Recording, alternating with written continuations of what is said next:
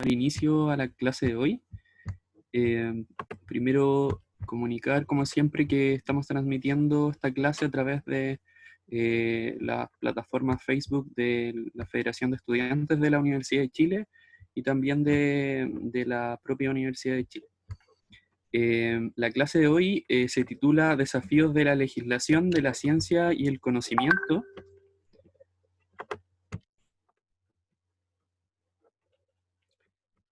Y a modo de introducción, en esta sesión se abordarán desde un punto de vista metodológico y un punto de vista experiencial los caminos que deben tomar los debates científicos y del conocimiento para permear la legislación y las leyes.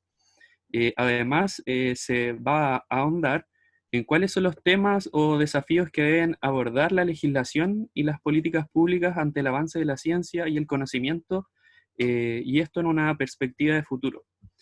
En la instancia de hoy va a participar la abogada Cintia Maciel, quien se referirá a elementos que sustentan el curso que ella imparte, un curso de formación general que se denomina Desafíos de la legislación en ciencia y tecnología, en el cual se desarrollan competencias para sostener o sustentar una ciudadanía científica activa, y además abordará la vinculación entre el discurso tecnocientífico y la generación de las leyes.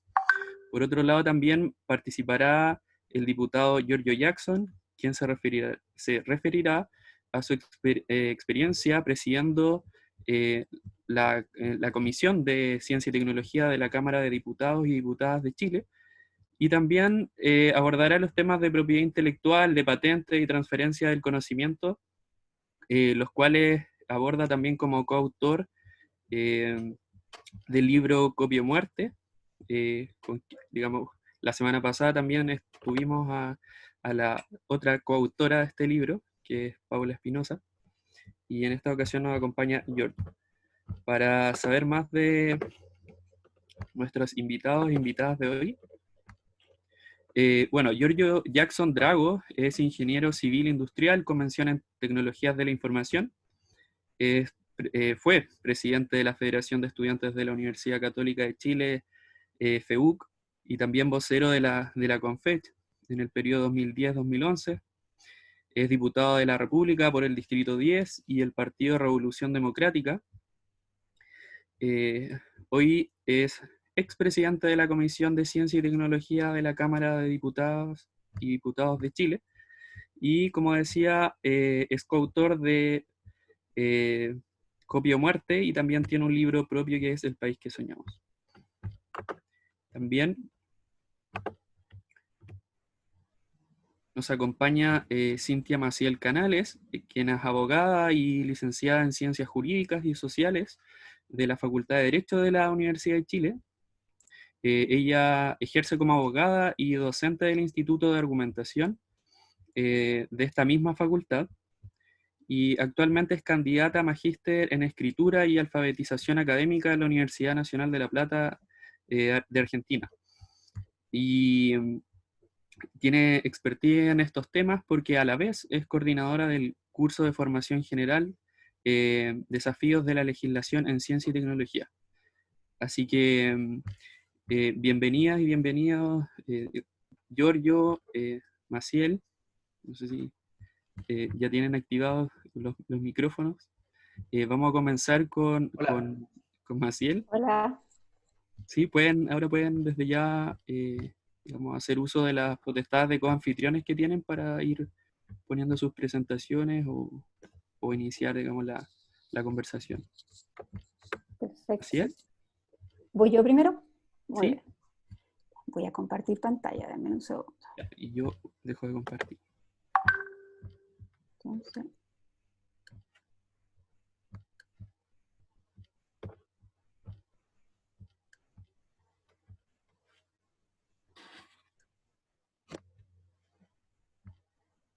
perfecto. Me voy a poner timing. Hola, muy buenas tardes. Muchas gracias por la invitación. Estoy contenta y a la vez sorprendida porque viendo los programas de este curso y del mío, son como primos hermanos.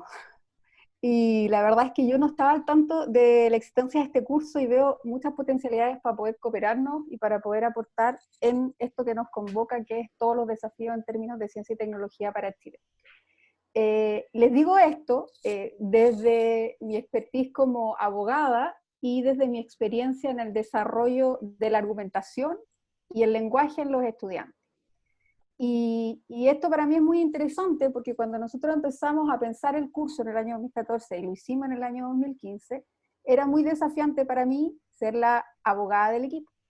Yo compartía tribuna con científicos y expertos en divulgación científica que durante el programa del curso hablaban de temas muy grandilocuentes y abarcadores que explicaban el conocimiento humano y que nos daban solución a los problemas que en ese momento como sociedad, como Chile, nosotros sentíamos tener. Para esa época, tipo 2014-2015, sentíamos una carencia en términos de la comunicación entre el mundo de la ciencia y la tecnología y el derecho o el mundo político. Y eso lo veíamos en una baja producción legislativa en torno a esos temas. Entonces, mientras mis compañeros hablaban de estas cosas que abrían la mente de los seres humanos, a mí me tocaba aparecer con el derecho, con toda la estructura, con la norma, con la autoridad, con todo lo sacramental que ese discurso y esa estructura tiene.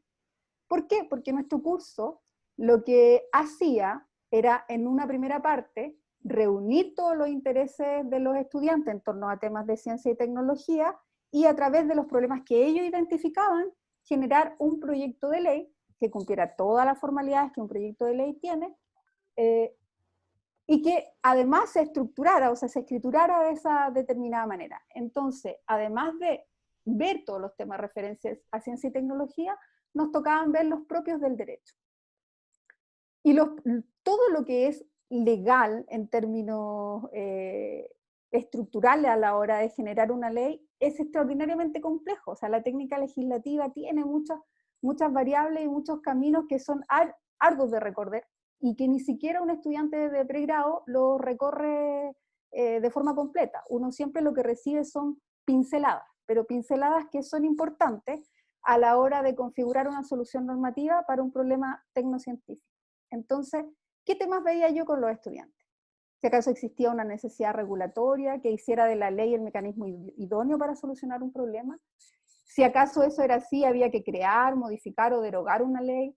¿A quién le correspondía hacerlo? Si era al Congreso propiamente tal o al presidente.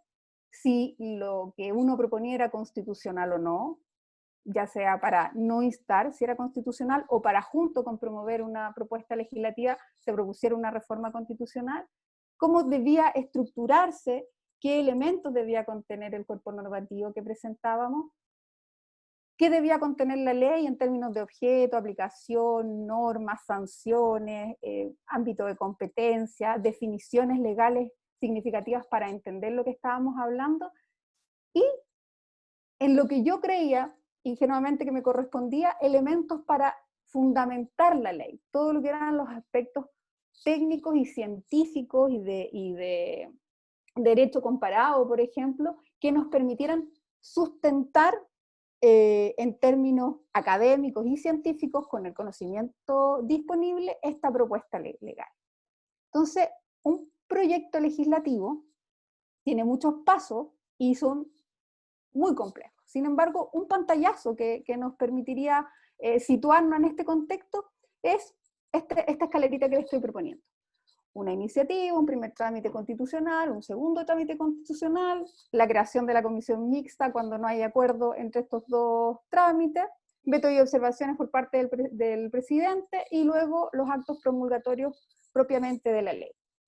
En ese momento, previo a la creación del curso, desde una visión externa, como no experta en temas de ciencia y tecnología, yo decía, claro, los científicos concurren a la creación de ley como arribita, cuando en el mensaje o la moción fundamentamos científicamente nuestro proyecto, y cuando el Congreso los invita a hablar en sesiones donde esos temas se discuten. Y esa es la visión que, al no estar metida en este mundo, yo tenía hace 5 o 6 años. Cuando uno se empieza a meter en estos temas, se da cuenta que lo científico en realidad atraviesa todo el proceso y que el problema justamente de la creación de ley se provoca en esa visión que es chata y que está absolutamente alejada de lo que la realidad es. Entonces yo me pregunto, ¿por qué una persona llega a creer que la participación de los científicos o de las personas expertas en tecnología a la hora de configurar una solución normativa sobre esos temas está tan acotada? Y las especulaciones a las que llegamos, las que nos ofrece la literatura, son más o menos las siguientes y van por estas dos grandes ideas que representan, a mi juicio, dos carencias que explican este divorcio. La primera es la idea del discurso tecnocientífico, que no es más que preguntarnos cómo se comunica la ciencia, cómo se dice lo que queremos decir cuando hablamos de ciencia. Y lo segundo es un concepto que se llama ciudadanía científica, y es cómo viven los ciudadanos los fenómenos científicos en su día a día. Entonces, fíjense cómo estos dos paradigmas conversan o no conversan.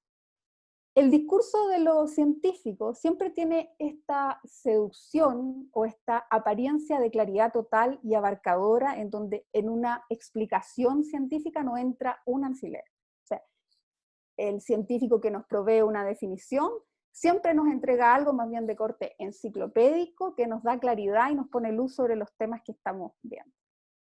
Existe esta idea de argumento de autoridad que es poco menos que irrebatible. Cuando algo está científicamente comprobado, tiene una apariencia de verdad y de corrección que es difícil de penetrar, aunque uno no tenga idea qué significa que algo sea científicamente comprobado. Pero decir eso, por así decirlo, golpea mucho. Hay una división súper grande entre lo objetivo y lo subjetivo en el discurso científico. Cuando los científicos comunican ciencia, estoy generalizando, pero esta generación vale para explicar por qué existe este divorcio. Hay científicos que son muy, muy hábiles en comunicar lo que hacen y no lo hacen desde este paradigma más chato, pero la regla general es otra. Y es que nuestro discurso científico elimina al sujeto y por lo tanto elimina a un interlocutor que pueda interpelarlo. O sea, la ciencia no habla con el mundo, la ciencia solo describe el mundo, es el dedo que apunta a lo que es correcto, lo que no. Hay un cierto hermetismo entonces, en donde uno siente que cuando participa de una discusión científica, cuesta mucho comprender un montón de fenómenos que están lejos de la formación académica que uno tenga. Divide al mundo, ¿no?, entre expertos y legos. Y esa división es básicamente una división entre los que saben de ciencia y los que no saben de ciencia. Y bajo este paradigma, divulgar la ciencia sería enseñar ese trocito de conocimiento que los científicos tienen y que el vulgo todavía no sabe. O sea, que la gente común y corriente todavía no entiende y no es capaz de entender. Esta visión se encuentra con ideas más modernas de cómo debe ser la ciencia ciudadana o cómo debe vivirse una ciudadanía científica, en donde entendemos que tienen que existir un conjunto de derechos y deberes que me permitan a mí, como ciudadana, intervenir en la toma de decisiones o la implementación de todo lo que el avance científico nos provee, para que todo lo que el avance científico nos provee sirva para un mejor desarrollo para la comunidad, ¿ya? Esta visión, ojo, que está sustentada sobre la idea que tener el conocimiento no significa tomar buenas decisiones. O sea, tener simplemente conocimiento sin captar todo lo político subyacente que hay detrás del discurso técnico-científico nos podría hacer tomar malas decisiones. Es distinto, entonces, que la educación se centre en nuevas mentes para la ciencia, o sea, generar nuevos científicos que sigan pensando lo que queremos que piensen, versus ciudadanos para que ejerzan una ciudadanía activa. Y como última idea, la idea de ciudadanía científica tiene que ver con empoderar a las personas para el ejercicio de esos derechos. Ahora uno dice, bueno, pero ¿qué derecho?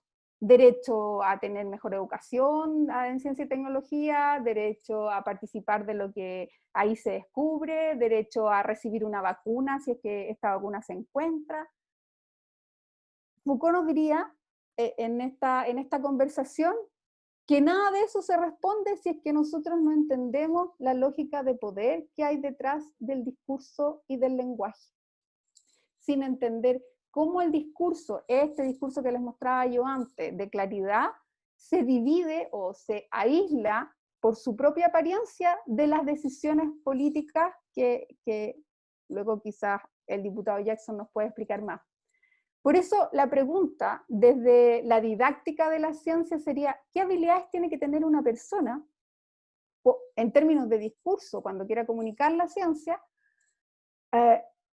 cuando salga, por ejemplo, de la universidad, a hacerse cargo de lo que su expertise profesional le depara? Entonces, nosotros vemos, y basta pasearse por las mallas curriculares de nuestra formación de pregrado en la Universidad de Chile, que hay una carencia formativa.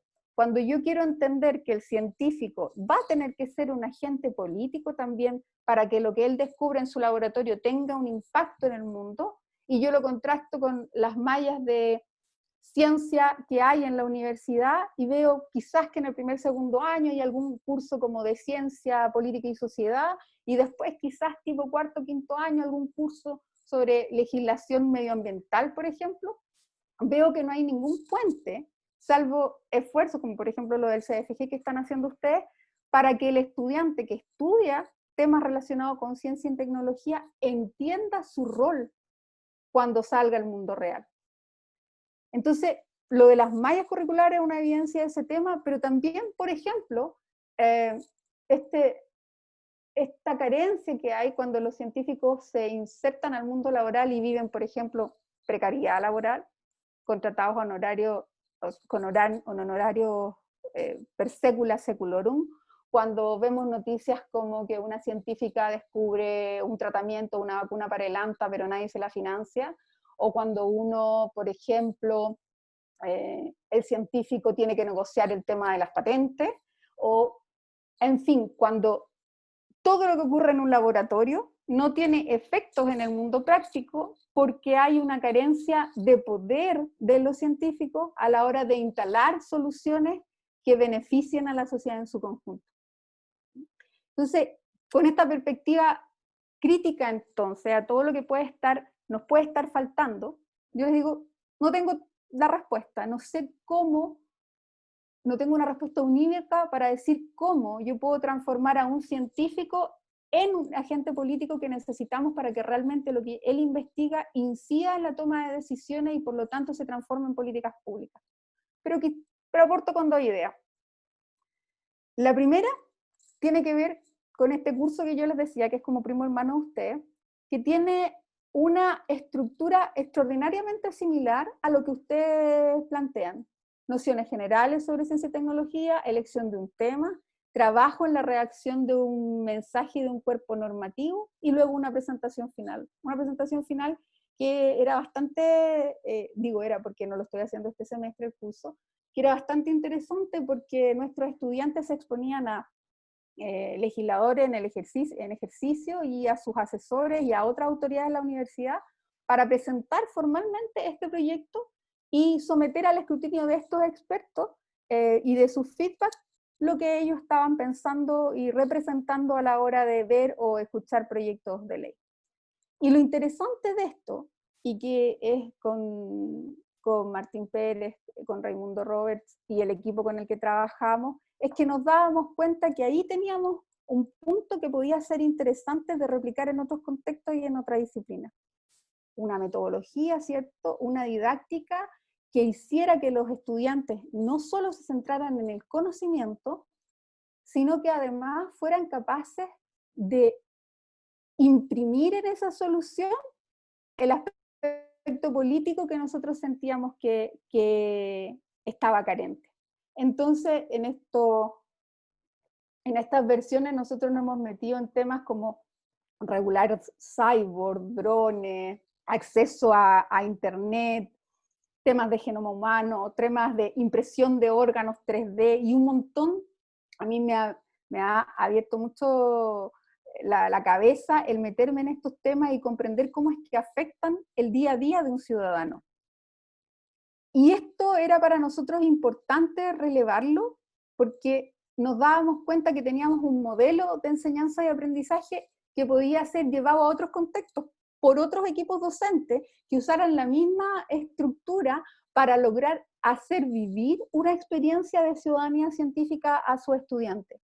Porque lo importante de la creación de estos proyectos no era que los alumnos se volvieran expertos en un determinado tema, drones, por ejemplo, sino que comprendieran todas las dificultades que transformar las propuestas que ellos tenían en una ley efectiva podía significar.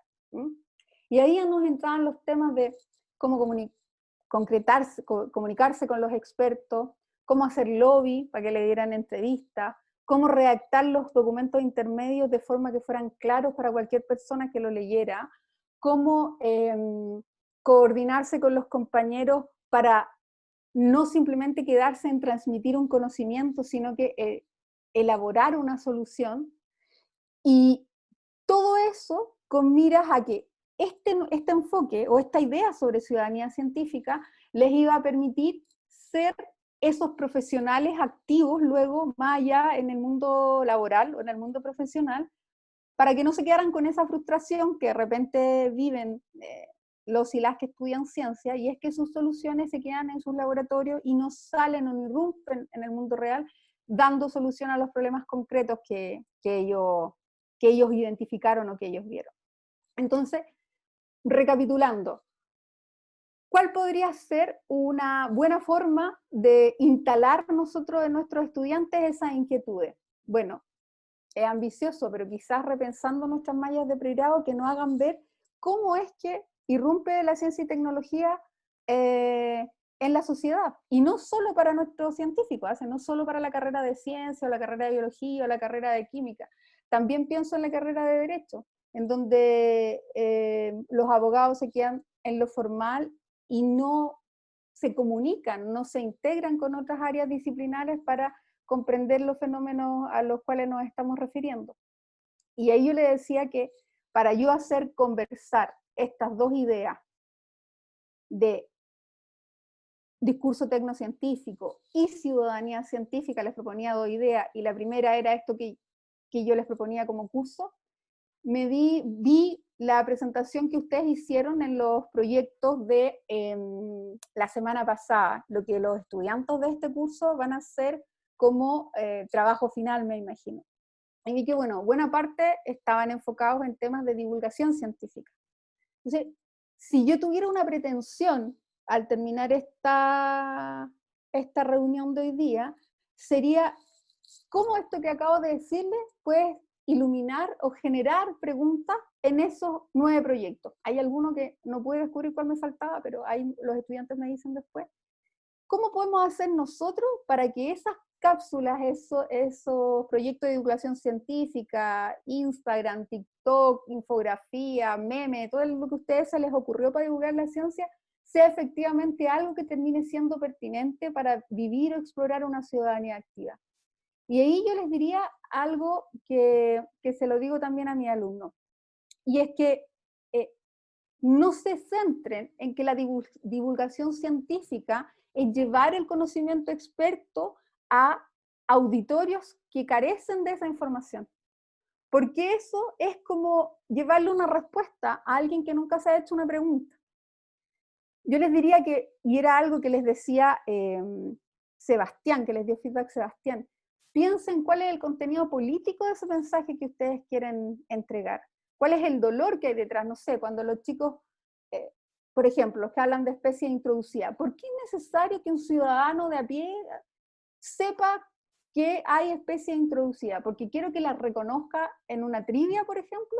¿O porque quiero que entienda los peligros que hay detrás o qué oportunidades hay detrás de la inserción de una nueva especie en nuestro ecosistema? Cuando yo tengo esta plataforma para difundir la ciencia, yo quiero que el experto me cuente cómo se fisiona y se fusiona un átomo, o yo quiero que me digan los peligros de tener, o los beneficios de tener una central nuclear que provea energía en el desierto de Chile. Cuando yo digo, no sé, cultivo mi mente, quiero poner en evidencia que la gente sepa distinguir un ataque de pánico de un ataque al corazón, o yo quiero que comprendan el rol que tienen las enfermedades en un país que mayoritariamente cree que las enfermedades mentales no existen, ¿no? O que son como que la gente está estresada nomás o necesita un par de cachetazos para estar mejor. El típico paradigma de nuestras abuelitas y abuelitos. Y eso porque, y tomé una imagen de nuestros estudiantes en esa clase. Fíjense que acá les pongo el primer granito con que se inicia esta idea de la divulgación de la ciencia, ¿no es cierto? En 1632, este diálogo sobre los dos máximos sistemas del mundo, Galileo y Galilei. ¿Qué quería Galileo Galilei cuando hizo esto en el año 1632? ¿Quería que la gente supiera que la Tierra orbitaba el Sol o quería separar la ciencia de la tecnología? Su objetivo era que la ciencia dijera algo o que la ciencia hiciera algo. Su objetivo era transmitir algún conocimiento que la gente no tenía o lograr que el poder en el mundo, o al menos en la sociedad en que él vivía, se distribuyera de otra manera. Y si hay una gran idea que deben apropiarse todas las personas que se desarrollan en ciencia y tecnología, es que prima lo segundo, o sea, prima la relación de poder que tiene que haber entre ciencia y tecnología y mundo político, y no no solamente el conocimiento experto del cual el vulgo carece. Y con eso, si nosotros logramos instalar esa reflexión en el pregrado, si nosotros logramos que nuestros estudiantes egresen sabiendo eso y empoderados en su rol como ciudadanos científicos, vamos a lograr en un mediano plazo que el mundo de la ciencia y la tecnología en Chile se vea mayormente beneficiado, porque vamos a hacer que esos científicos se constituyan en los actores de cambio que hoy día nosotros como país necesitamos. Muchas gracias.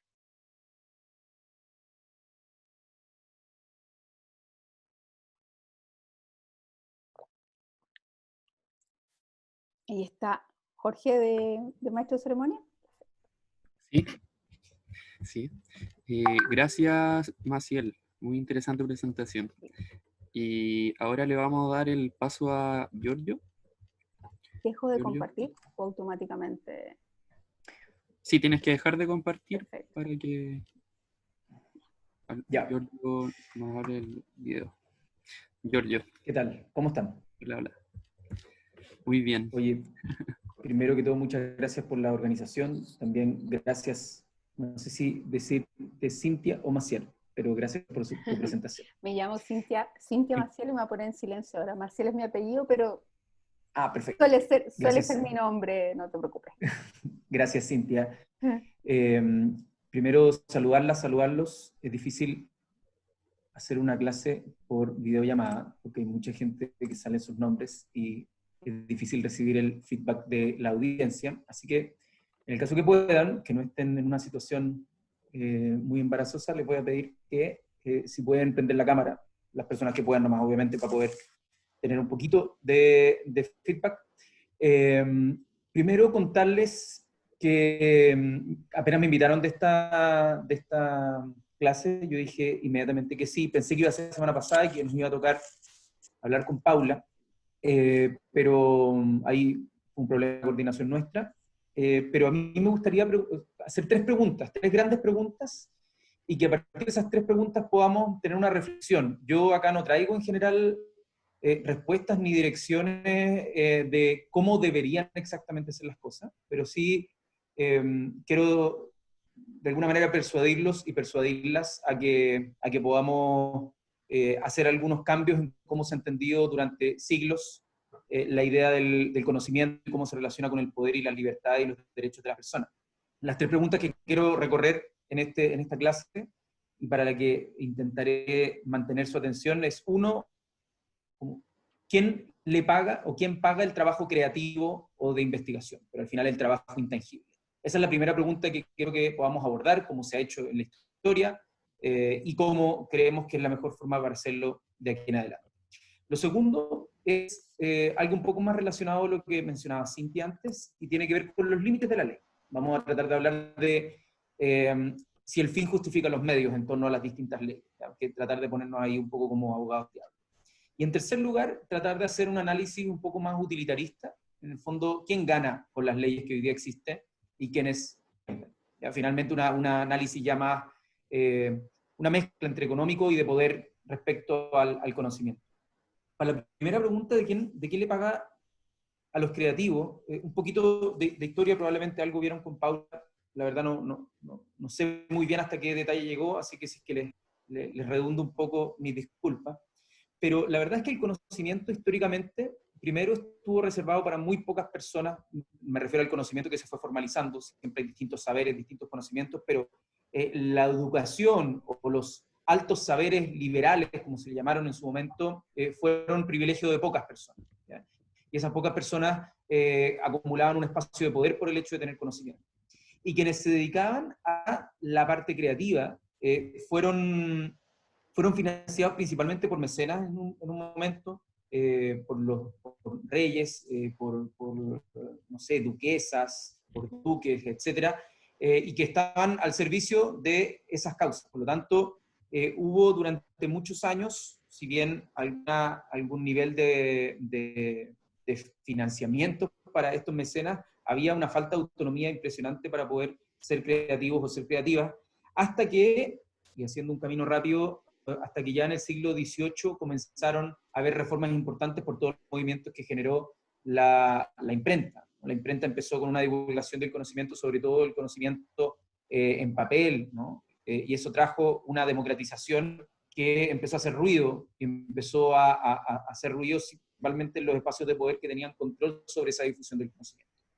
Y aquí es donde se empiezan a generar tensiones entre quienes difunden, quienes publican, aparece el estatuto de Ana en Inglaterra, luego aparece la Revolución Francesa a fines del siglo XVIII, también aparece la Revolución y la Independencia de los Estados Unidos de América, y por lo tanto van estableciendo y sentando precedentes nuevos. Se fundan principalmente en dos principios. El principio utilitarista y el principio del derecho natural. Cómo hay personas que por un lado justifican que las personas tengan que tener un pago, las personas creativas tengan que tener un pago en términos de protección del intangible y por lo tanto generar un monopolio, ¿ya? Un monopolio en el cual solamente algunas personas tienen derecho a explotar aquello que es intangible y por lo tanto se les paga, entre comillas, con una promesa a futuro, ¿ya? Usted va a ser dueño, si es que usted crea algo o inventa algo, usted va a ser dueño del derecho y titular del derecho a poder explotar aquella cosa. Y otro análisis que llegaba a la misma conclusión, pero desde el derecho más bien natural. Y lo argumentaban así Diderot, y se lo contradecía Nicolás de Condorcet. Le decía, básicamente, no hay nada más propio que mis ideas. Y por lo tanto, si tengo derecho a tener esta silla que yo mismo fabriqué con mis manos, ¿cómo no voy a tener derecho y cómo no voy a ser titular de derechos sobre mis ideas? No hay nada más propio que mis ideas, ¿ya? Y por lo tanto ahí se producen dos orígenes distintos para una regulación que durante estos últimos 3 siglos, 2 siglos y medio, ha venido moldeándose, que toma un carácter más unitario en lo que son los convenios de Berna y los convenios de París, que regulan ambas derechos de autor y también patentes o todo lo que es propiedad industrial, que se refiere más bien a las invenciones, y de esa manera pareciera ser que está resuelto el problema. Pareciera ser que las personas que se dedican al ámbito creativo, ya sea científico o tecnológico, a través de las patentes y la propiedad industrial, tenían su justa recompensa si es que lograban llegar a una solución que fuese útil y que tuviera un espacio en el mercado. Y al mismo tiempo, el sector creativo, artístico de las humanidades podían tener también una remuneración si es que lograban llegar a un producto un producto en el fondo mercadeable, ya, una mercancía que fuese valiosa para una audiencia y tener el monopolio de su explotación. Por lo tanto, todo el financiamiento o toda la carga de crear quedó en esfera privada, en el tiempo de creativos e investigadores e investigadoras y también en sus recursos, su forma de poder aplicarlo. Excepciones, por supuesto, que habían. Siempre han habido programas de apoyo, tanto de mecenas como de cuando se fueron creando las universidades y cuando se fueron financiando las universidades, había espacios donde el conocimiento tomó un valor público, ¿no? Y era de interés público financiar el trabajo creativo. Pero en general, esto se supone que se resolvió a partir de una dimensión privada de la vida. Pareciera ser que el conocimiento no era tan importante como los juzgados, como el poder de la defensa, el poder militar, o como otras cuestiones que tenían un carácter en lo público y por lo tanto se financiaban desde lo público, pareciera que el Estado solamente se tenía que remitir a financiar lo que era la reproducción de esa cultura a partir de la educación formal, es decir, de dar clases masivas, entregar una información y de esa manera poder estar satisfechos con eso, pero la nueva información quedaría en la esfera de lo privado y dejaríamos ese incentivo del monopolio a su explotación para poder tener más conocimiento. ¿Ya? Esa es la primera aproximación. ¿Ya? Se delega en lo privado el pago al trabajo creativo, salvo excepciones, y esa parte es importante mencionar. Lo que es interesante, y aquí me quiero saltar a la segunda pregunta, es cuáles son los límites de la ley, y como si, qué pasa, cuáles son los choques que genera la ley. Y para eso remitirnos a algo que por supuesto Cintia sabe, probablemente muchos de ustedes también, pero la ley, según nuestro Código Civil, es la declaración de la voluntad soberana que, manifestada en la forma prescrita por la Constitución, y esta es la parte importante, manda, prohíbe o permite. ¿Ya? Esas son las tres cosas que hace la ley: manda, prohíbe o permite. Y por lo tanto, una de las preguntas importantes, bueno, ¿qué puede hacer la ley respecto a esto? ¿Qué está haciendo hoy la ley respecto a el trabajo creativo? Y la verdad es que la ley, yo diría, tiene, primero en la Constitución, en el artículo 19, donde están los derechos, en el 25 se refiere precisamente a estos intangibles, tanto al derecho a autor como a la propiedad industrial. Y en ambos aspectos los liga al derecho de propiedad más clásico en sus distintas fuentes que están en el artículo 24. ¿Ya? Por lo tanto, le da una característica de propiedad. Y todas y todos podremos convenir que hay una diferencia, quizás no tan intuitiva inicialmente, quizás no tan fácil de describir, pero entre este mouse, por ejemplo, este mouse que es un objeto tangible, por lo tanto escaso, por lo tanto es un bien rival, lo tengo yo y no lo pueden tener ustedes al mismo tiempo. ¿Ya? Con, por ejemplo, una melodía de una canción, que yo la puedo tararear, no me saldría muy bien, pero que ustedes también la podrían tararear al mismo tiempo, quizás les saldría mejor a algunas personas, a otras peor, pero que no puede ser apropiable. Por lo tanto, ahí el derecho tiene un desafío importante, porque es cómo la ley puede prohibir que las personas puedan repetir una información. No estaría chocando eso con, por ejemplo, la libertad de expresión, al yo poder decir lo mismo que otra persona. Entramos en una colisión de derechos. Y ahí es interesante esto porque se ha discutido en muchos lugares. Y uno dice, bueno, pero si es que uno vuelve al análisis más bien anterior, bueno, pero si es que todas las personas pudieran repetir todo, entonces no existirían los derechos de propiedad de autor, no existirían tampoco los derechos de propiedad industrial porque no habrían ideas que estuvieran protegidas. Entonces, ¿quién le pagaría a quienes crean? Es como un problema circular. Si es que no tenemos una cosa, ¿cómo vemos la segunda? Pero a veces no vemos la película completa para decir, quizás hay otras formas de crear. Pero les quiero decir esto de los límites de la ley, porque hay un análisis que probablemente en el siglo XVIII o en el siglo XIX no veían, pero quizás con más fuerza lo vemos en el siglo XXI. Habían quienes sí lo veían en el siglo XVII, y les recomiendo leer a Nicolás de Condorcet, que era un visionario en este respecto en esa época. Pero el conocimiento, a diferencia de lo que puede hacer un mouse, o a diferencia de una política pública como las pensiones, ¿ya? O como no sé, la política de vivienda, tiene un efecto distinto sobre el crecimiento económico. ¿Ya? Por ejemplo, si es que yo le entrego más pensiones, y yo digo, ya, hoy día voy a hacer una ley que implique más gasto para las pensiones de nuestros adultos y adultas mayores. ¿Ya? Eso podría tener un impacto, uno, en el bienestar de las personas, y dos, en los comercios locales de quienes le vendan bienes a esas personas y toda la cadena de provisión, de consumo de quienes son adultos y adultas mayores hoy día. Pero no genera más crecimiento que eso. Es que de alguna manera plata que circula. En cambio, si yo digo, esto no es que sea excluyente, yo puedo hacer ambas cosas, puedo subir las pensiones y esto otro, pero estoy tratando de generar el punto. Si es que yo invierto en tecnología, invierto en arte, yo lo que genero es un piso cultural distinto sobre el cual se puede generar más conocimiento y por lo tanto tiene una especie de impacto exponencial. ¿Ya? Esto se puede ver muy fácilmente en la educación. Si yo le enseño a la gente a sumar, es mucho más probable que después haya gente que sepa multiplicar. Y si yo le enseño a más gente a multiplicar, es más fácil que haya gente que sepa sacar ecuaciones de segundo grado. Y que más gente que sepa cálculo, ¿no? Es como, son condiciones de base en el conocimiento que permiten a la gente poder crecer y por lo tanto complejizar lo que podríamos decir las transacciones o productos económicos. Entonces, la inversión en conocimiento, lo que quiero sintetizar, es que además genera un crecimiento endógeno. Crecimiento endógeno se llama cuando lo mismo lo que tú inviertes, además forma parte de lo que puede alterar los márgenes del crecimiento económico. Entonces es un bien muy extraño. Uno, porque no es escaso, a diferencia de toda la economía. Toda la economía se basa en la escasez de los productos. Así nace la teoría de la oferta y la demanda. Toda la economía clásica, y por supuesto también la neoclásica, y también la socialista, todas las economías se basan en que los bienes son escasos.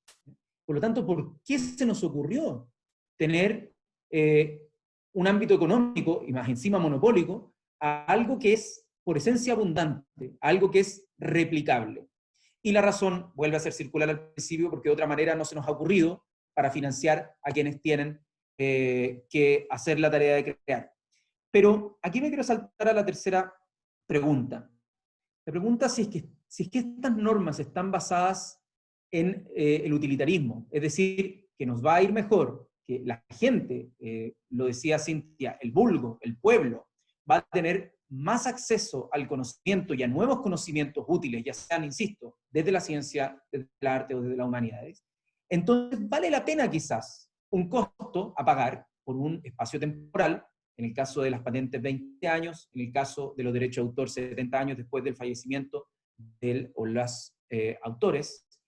Vale la pena pagar ese costo, ese es el consenso social hasta ahora, consenso social no creo que se haya puesto en discusión, pero es lo que al menos refleja la ley y por lo tanto es la declaración de la manifestación, es la declaración de la voluntad soberana.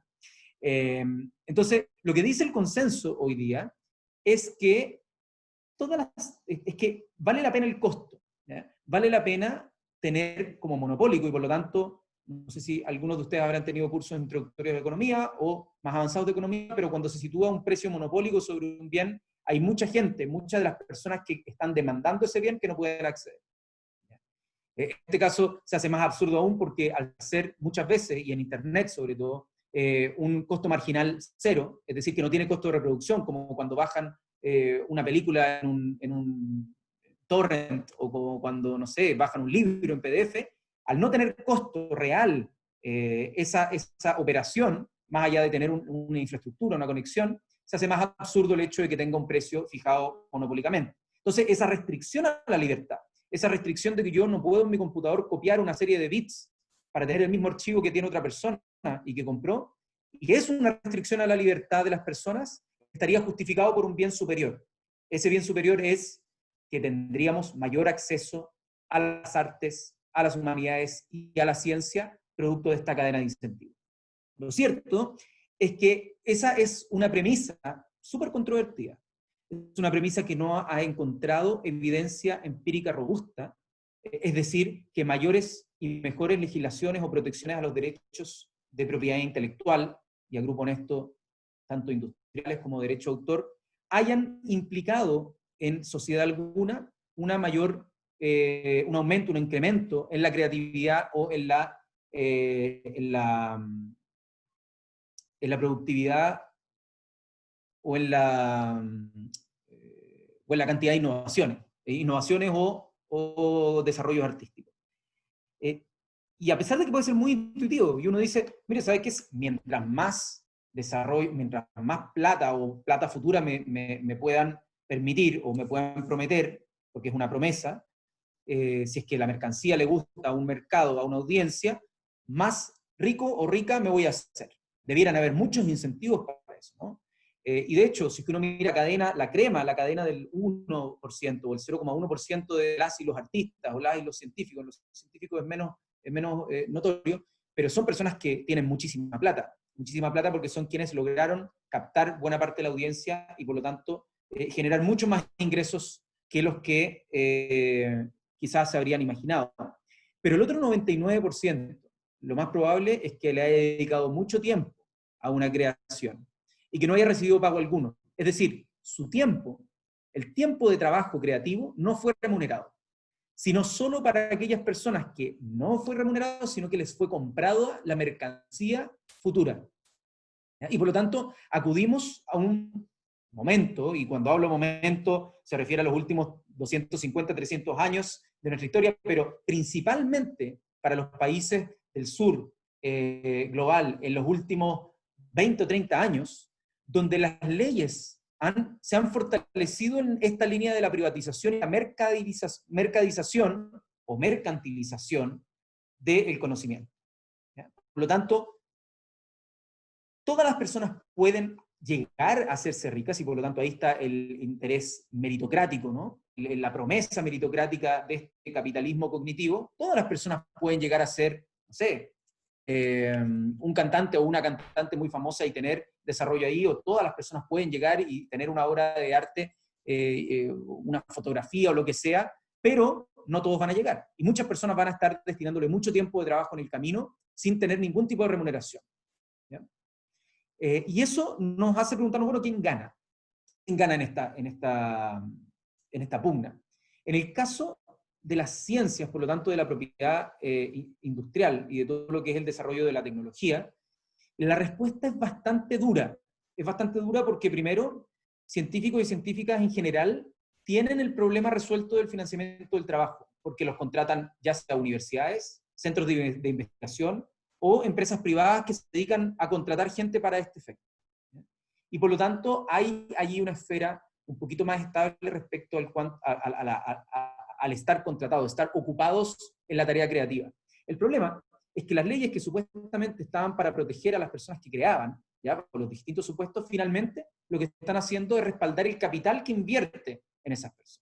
Por lo tanto, es un instrumento a favor de este capitalismo cognitivo, de el capital que se pone a disposición de una inversión en conocimiento. Porque de todas las inversiones que se pueden hacer y que puede haber pueden haber riesgos al momento de invertir, alguna se le pega, como dice, el palo al gato y se genera algún resultado que es muy lucrativo.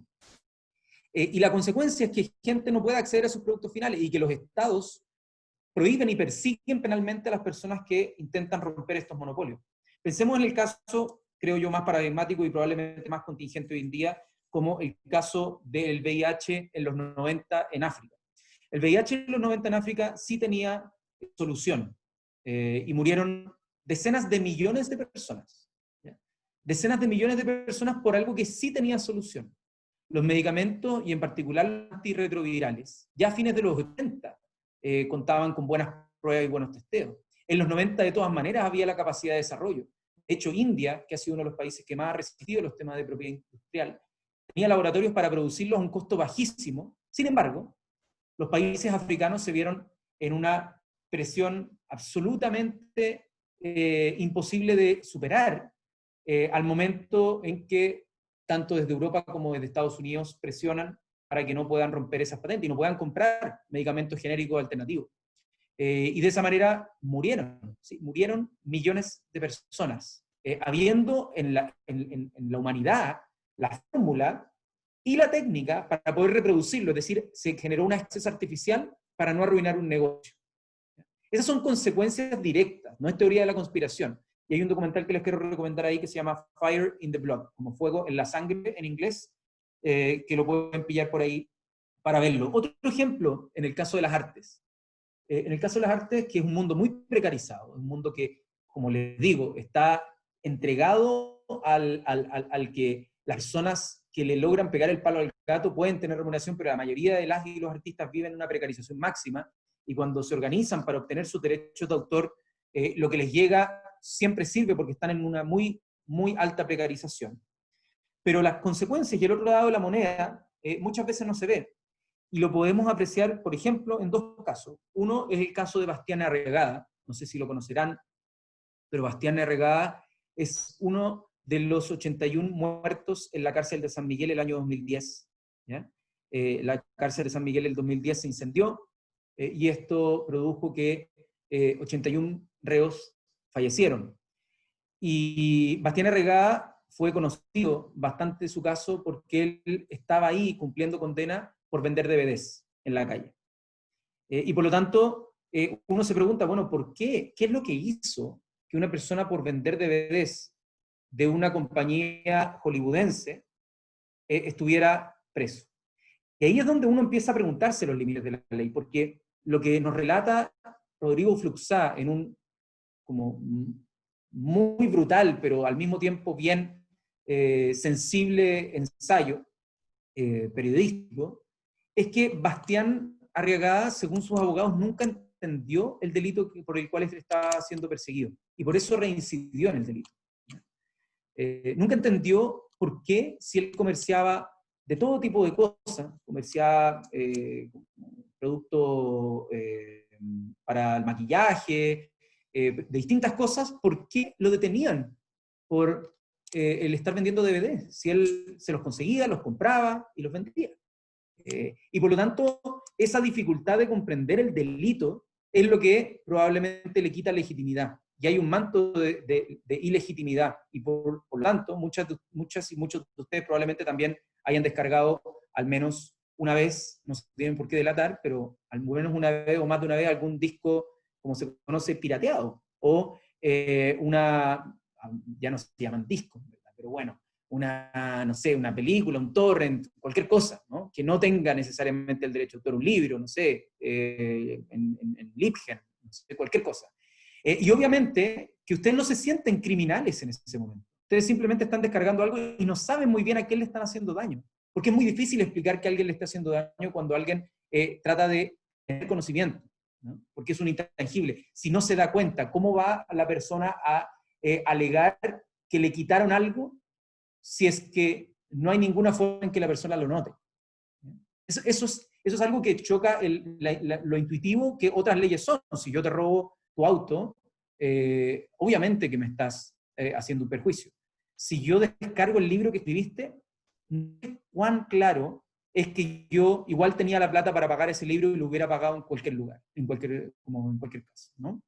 Entonces, estas tres preguntas, ¿quién paga la creatividad? Puede tener muchas soluciones, no tiene una sola, creo que hay una solución perfecta. Simplemente la consecuencia de que deleguemos en privados el ejercicio de la creatividad, ya sea artística, en las humanidades o también en la ciencia, tiene consecuencias, ¿ya? Consecuencias para la gente que le dedica tiempo a la labor creativa y por lo tanto que tiene un impacto después en lo que esas personas exigen al momento de llegar a una mercancía que pueda ser útil para todas las personas. Lo segundo, los límites de la ley, porque hay muchas cosas en choque y que a veces se dan por sentadas. La mayoría de las leyes que estamos hablando acá no son leyes que hayan nacido de una voluntad popular, de una movilización del tipo, no sé, queremos educación gratuita, que eso es una manifestación de una voluntad como popular.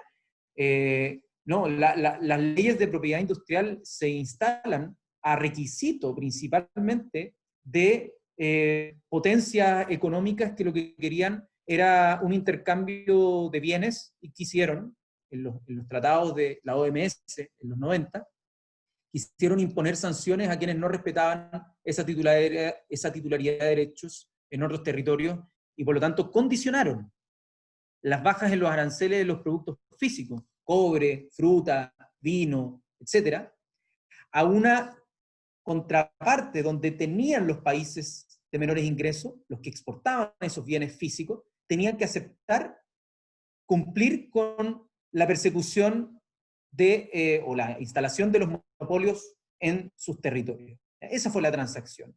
Las personas que tomaron estas decisiones a fines de los 80 y a comienzos de los 90 en Chile, sin Internet o recién incipiente el Internet, quizás no tenían idea de la magnitud de lo que podría pasar. Uno, por el conocimiento, hoy día, y con esto voy cerrando, hoy día mencionaba también Cintia, quizás algunos de sus proyectos que tiene que ver con redes sociales, está TikTok. TikTok es una plataforma de copia, de eso se trata TikTok.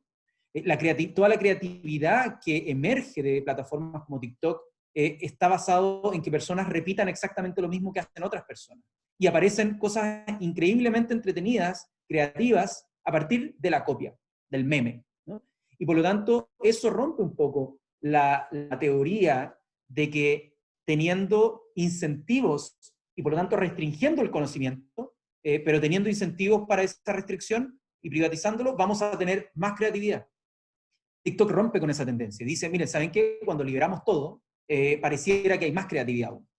Y por otro lado, los desafíos que podemos tener en el ámbito de la ciencia y la tecnología nos llevan a desafíos incluso más grandes que la vacuna contra el coronavirus. Ahora, que hay una carrera por su descubrimiento, pero que es muy difícil después saber cuánto nos van a cobrar por ella. Primero porque va a haber escasez real, es decir, van a haber pocos laboratorios que la puedan producir, y por lo tanto esa escasez es física, y Chile debería prepararse para eso porque no tenemos laboratorios que creen vacunas.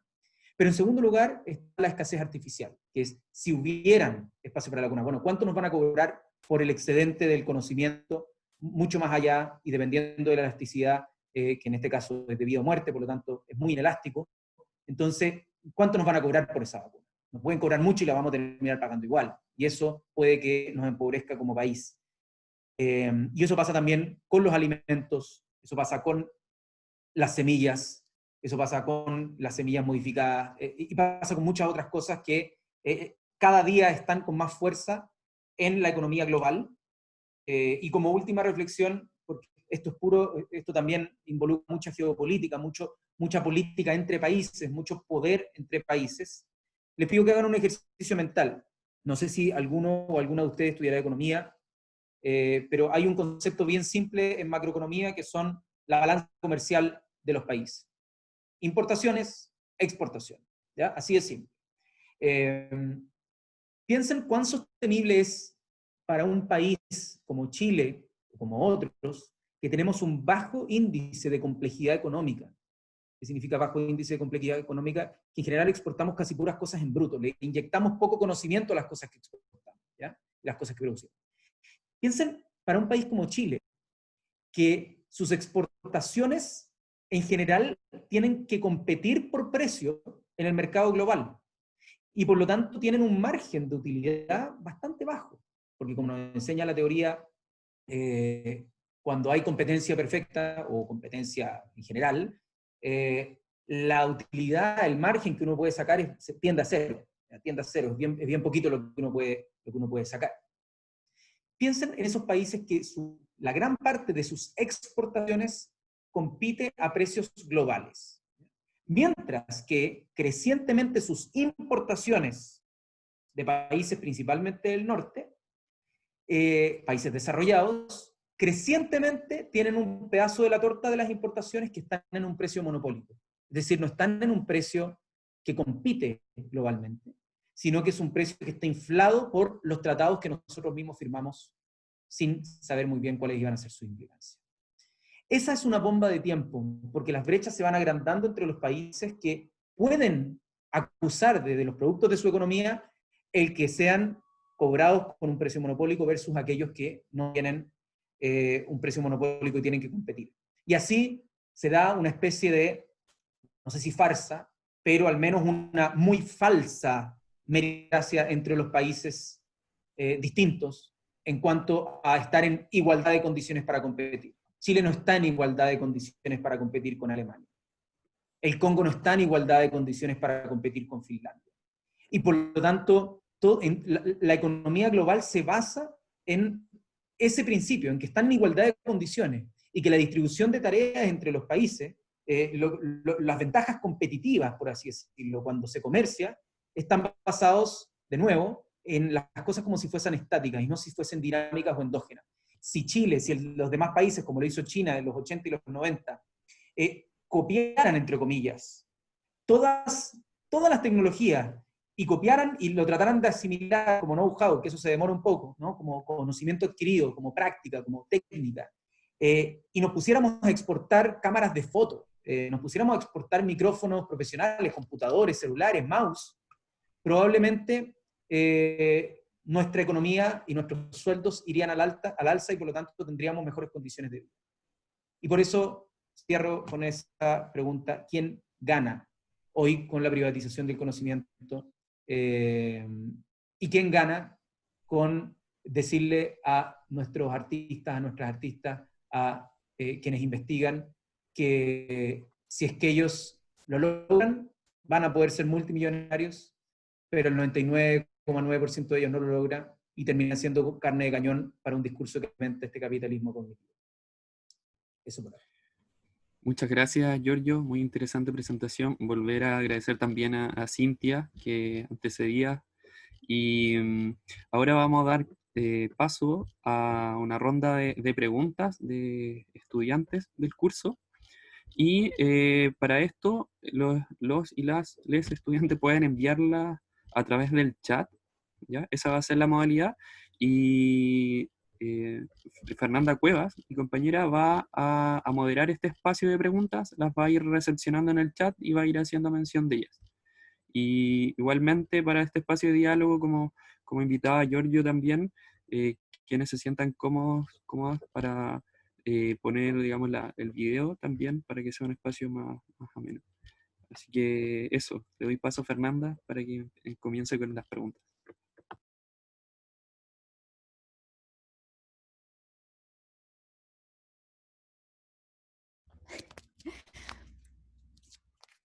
Muchas gracias, Jorge, pero no es necesario que lo escriban por el chat, también podemos abrir los micrófonos, así que si tienen preguntas, por favor, pueden levantar la mano por el sistema de Zoom.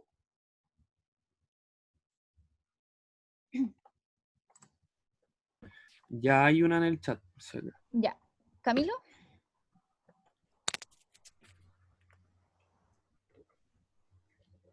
¿Aló? Sí, te escuchamos. Adelante. Ya. Bueno, una pregunta para cualquiera de los dos, pero Chile tiene ahora una inversión en ciencia que es la más baja de la OCDE, si no me equivoco, 0,4%, sobre países como Israel, que están como en el 4%, algo así. Y entiendo que ellos inviertan mucho porque viven de la guerra y necesitan en verdad su física y sus tecnologías para eso. Pero Chile, pese a que esté muy poco, la mayoría de los científicos chilenos que mandan que mandamos en verdad a estudiar al extranjero se quedan en el extranjero. No sé si millones, pero muchos científicos chilenos que van al postdoctorado a Estados Unidos, a buenas universidades, a Europa, no vuelven porque acá son sobrecalificados para el cargo. Que yo no sé qué significa ser sobrecalificado para un cargo, pero da lo mismo. ¿Cómo hacemos de que esa plata sirva para algo? Porque en verdad estamos gastando plata para nada. Porque o somos o no somos. O sea, no le veo yo ningún sentido a mandar gente para que se quede allá y producir tecnología y conocimiento en Estados Unidos y no traerlo a Chile. Y lo otro es cómo aprovechamos, en caso de que lo podamos retener, qué necesitamos para nosotros, aprovechar lo que tenemos y hacer ciencia y tecnología decente, porque tenemos 4.600 kilómetros de costa y vamos a estudiar cómo funcionan las mareas a Francia, por ejemplo. Vamos a estudiar terremotos a países donde no hay terremotos, que para mí es una estupidez, pero gigante. Deberíamos ser nosotros pioneros en eso. Tenemos que traer astrónomos de Japón a que nos enseñen a nosotros a ver las estrellas, que es una cuestión que es súper rara. ¿Cómo hacemos? ¿Qué necesita Chile para transformarse como en un líder, por lo menos a nivel latinoamericano, en ciencia, tecnología, inversión, desarrollo, conocimiento? Y lo mismo llevaba al arte, a la cultura, que creo yo que van muy de la mano. Muchas gracias, Camilo. Vamos a recolectar varias preguntas y después para que puedan responderlas ustedes, para avanzar más rápido. Juan José, ¿te escuchamos? Quienes intervengan, por favor mencionen su nombre y la carrera también, para que vayamos aportando como las perspectivas. Juan José, está abierto tu micrófono. Yo estudio biotecnología. Delegar la hora de protección a privados tiene consecuencias, como las que mencionó Giorgio o otras que podamos saber de nuestra área de estudio. ¿Qué modelo sería factible entonces para poder legislar todo esto? ¿Entregarlo a manos de público? ¿Un modelo mixto? ¿Hay algo que haya funcionado? Gracias. Muchas gracias, Juan José. Ahora vamos con Roberto Antonio. Escuchamos, tiene abierto el micrófono.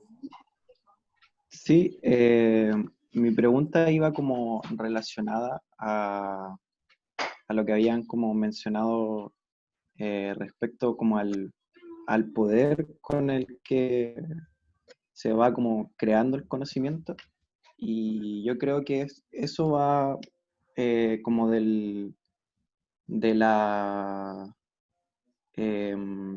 licencias, de los derechos de autor, está como bien encuadrado como para que países como el nuestro se mantengan en el subdesarrollo y sean de algún modo como serviciales a una economía globalizada y que a la vez está como que necesita países como el nuestro.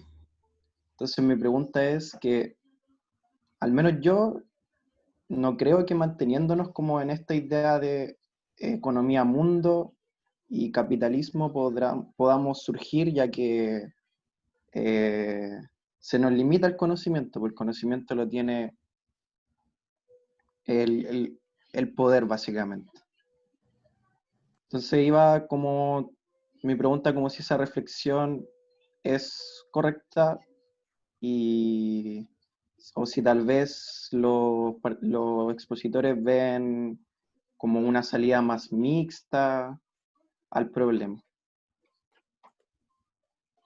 Muchas gracias, Roberto. Ahora le damos el pase a Giorgio y a Cintia para que puedan responder. ¿Ustedes pueden abrir sus propios micrófonos? Si quieres partir tú. Tiraron varias cosas bien potentes, así que a mí se me va a ir ocurriendo como en el camino algunas soluciones.